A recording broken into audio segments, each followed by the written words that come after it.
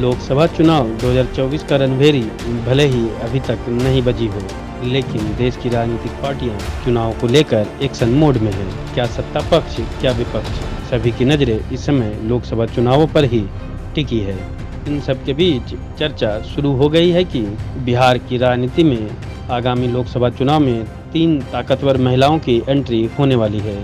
जैसा कि सभी लोग देख रहे हैं कि बिहार इस समय राजनीति का केंद्र बना हुआ है।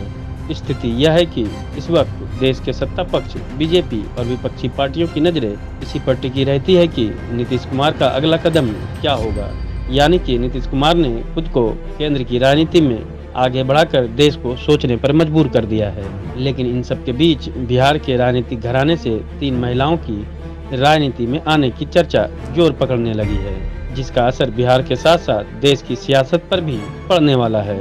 जाहिर सी बात है कि जिस देश की राजनीतिक घराने से इनका संबंध है, ऐसे में इनका राजनीति में एंट्री लेने पर चर्चा होना लाजमी है। दरअसल बिहार में जिस 3 महिलाओं की आने की चर्चा है, उनमें पहला नाम दिवंगत रामविलास पासवान की पत्नी और लोजपा रामविलास के अध्यक्ष चिराग पासवान की मां रीना पासवान का है।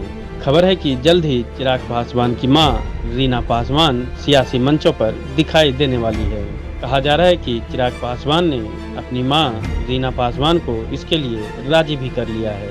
हालांकि रामविलास पासवान के रहते कभी भी रीना पासवान को राजनीति में ताक झांक करने की जरूरत नहीं पड़ी, लेकिन पशुपति पारस द्वारा लोजपा को तोड़ने के बाद चिराग पासवान अब नई रणनीति अपनाते हुए नजर आ रहे हैं। वैसे भी अगर देखा जाए तो जनता का सहानुभूति चिराग पासवान के साथ देखने को मिल रही है। इसलिए चुनावों में इस सहानुभूति को वोट में तब्दील करने के लिए चिराग पासवान अपनी मां रीना पासवान को चुनावी मैदान में उतार सकते हैं।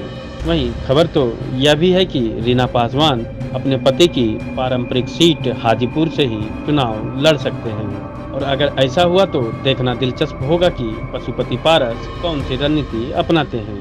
वैसे भी पशुपति पारस खुद को रामविलास पासवान का असली उत्तराधिकारी बताते रहे हैं। ऐसे में वह रीना पासवान के लिए हाजीपुर सीट का त्याग करते हैं या नहीं, इस पर सभी की नजरें टिकी रहेगी। इसी तरह उपेंद्र कुशवाहा की पत्नी स्नेहलता भी इस बार बिहार के राजनीति में एंट्री ले सकती है। इसकी चर्चा शुरू हो गई है। दरअसल आरएलजेडी के राजगीर में हुए चिंतन शिविर में पार्टी प्रमुख उपेंद्र कुशवाहा ने अपनी पत्नी स्नेहलता को भी शामिल करके लोगों को चौंका दिया। आपको बता दें कि स्नेहलता ने पहली बार सियासी मंच से भाषण दिया था। हालांकि उपेंद्र कुशवाहा ने अपनी पत्नी के राजनीति में प्रवेश पर इनकार किया है, लेकिन स्नेहलता को शिविर में बोलने का मौका देकर उन्होंने संकेत जरूर दे दिया कि वह भी राजनीति में उनका साथ निभाने के लिए तैयार हैं। ऐसे में आगामी चुनाव में उपेंद्र कुशवाहा अगर अपनी पत्नी स्नेहलता को चुनावी मैदान में उतारते हैं तो किसी को कोई आश्चर्य भी नहीं होगा। इन सब के अलावे बिहार के सबसे बड़े सियासी परिवार की तरफ से कभी भी चौंकाने वाली खबरें आ सकती है। दरअसल लालू परिवार के महिलाओं के राजनीति में एंट्री कोई बड़ी बात नहीं है। जैसा कि सभी लोग जानते हैं कि लालू यादव की पत्नी राबड़ी देवी और उनकी बेटी मीसा भारती पहले से ही राजनीति में है। और ऐसी चर्चा है कि बहुत जल्द तेजस्वी यादव की पत्नी राजश्री यादव की भी राजनीति में धमाकेदार एंट्री हो सकती है।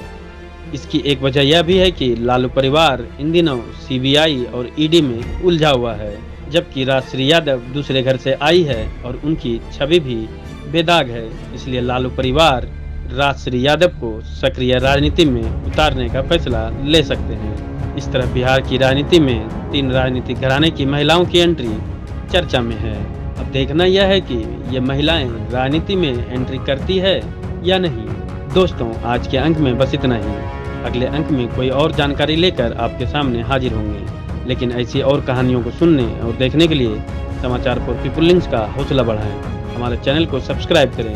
वीडियो पसंद आए तो लाइक और शेयर करें। अगर आपके पास कोई सुझाव हो तो हमें कमेंट बॉक्स में लिखें, या फिर ऐसी ही कोई और कहानी सुनना चाहते हैं तो आप हमें कुछ इनपुट्स के साथ जानकारी साझा करें।